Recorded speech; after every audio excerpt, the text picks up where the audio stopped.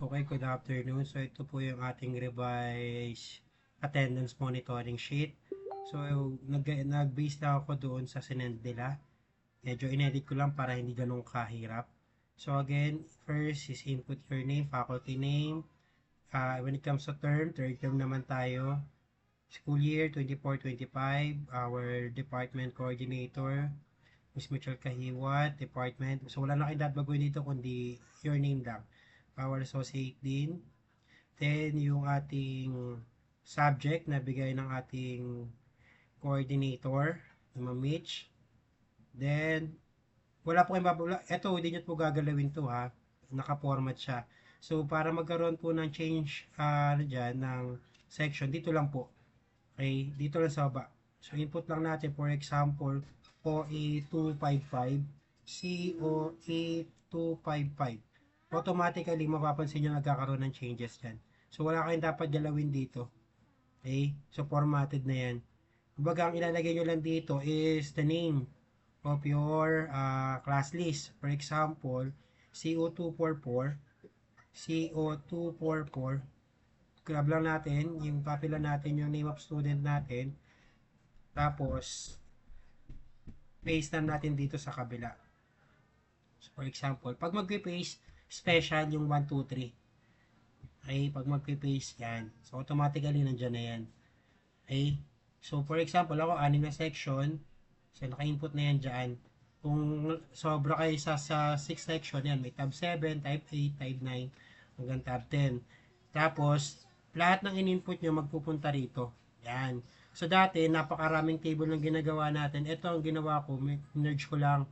So, from 1 week, ginawa ko lang weeks. Tapos, ito na yung first week, second week, third, fourth, fifth, sixth, 7, yan, hanggang 14th week kung meron man. Kasi usually, nasa 12 lang tayo. So, grade consultation siguro 13. Then, makapansin nyo dito, for the attendance, ay kung present naman, lagyan natin ng check. So, copy-paste nyo na lang. Magkakaroon naman yun ng pagbabago doon sa ating percentage. Yan. Okay, kung late, yan, ito, lagyan natin late. Yan. Okay, huwag nyo napansinin to. Okay, so at least meron lang tayong guide. Okay, ayan, check natin to. Check, check. Okay, para hindi mag 100%. So, checkan natin to lahat. Sabi ito yung makakover natin. Okay, the next, yan, na-input na yung ano, wala kayo dito yung lalagay na pangalan na, hindi nyo babaguhin yan kasi naka-format yan. Eh, ayoko lang inclusion format kasi baka may baguhin pa ako. As of now, nandito naman lahat ng detail na in-input nyo. Pathway 2, subject code, CO244, day, Monday, department, ISP. Para pag pinrint natin yan, okay, po-format lang naman natin yan. Naka-landscape.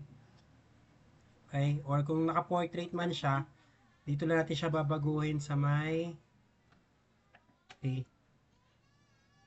Yan, gagawin natin 75%. Gawin pa natin na mas maikli. 50. Para makita lahat. Okay? Pag pinilit naman yan. Okay, madali na naman gawin yon. Okay? So, input lang natin by section. Once na ma-input nyo lahat ng section dito, sa unahan, yan. By section na po yan, automatically. So, kung bago lang sa inyo to, okay, for example, nakuha nyo na yung file na ginawa ko ron, ang gawin nyo lang muna is delete. Yan. Delete. Okay? Dinelete nyo na, papasok dito, wala nang names kasi dinelete nyo na eh. Okay, dito lang kayo mag-i-input. COE244, tayo dito, ito na yung COE244, kinuha ko yung names, tapos transfer natin dito. Making sure na download nyo na yung class list nyo. Paste, yan, automatically lalabas na yan dyan. So, maganda sa kanya kasi isang ano lang tayo, area lang. Hindi na tayo pupunta sa kabila o mahabang page. Okay? Pag may mga question naman, pwede naman natin gawin yan during face-to-face. Yan lang. Kung sobra sa ano, sobra sa 6 section.